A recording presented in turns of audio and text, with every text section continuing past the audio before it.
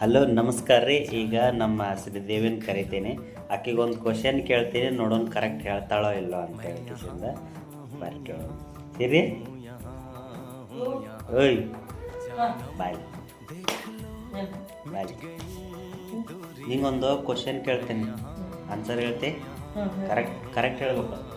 ಹೇಳ್ತೀಯ? ಒಂದು ತಕ್ಕಡ್ಯಾಗ ಒಂದು ಕಡೆ 1 kg ಕೆಬ್ಬಣ ಇರ್ತೈತಿ, ಇನ್ನೊಂದು ಕಡೆ 1 kg ಹತ್ತಿ ಇರ್ತೈತಿ. ಅವು ಎರಡರೊಳಗೆ ಯಾವ್ದು ಜಾಸ್ತಿ ಇರ್ತೈತಿ?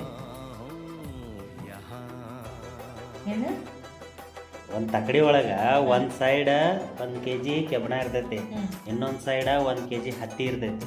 ಯಾವ್ದು ಜಾಸ್ತಿ ಇರ್ತೈತಿ? ಅದ್ರ ಕಬ್ಬಣ ಜಾಸ್ತಿ ಇರ್ತೈತಿ,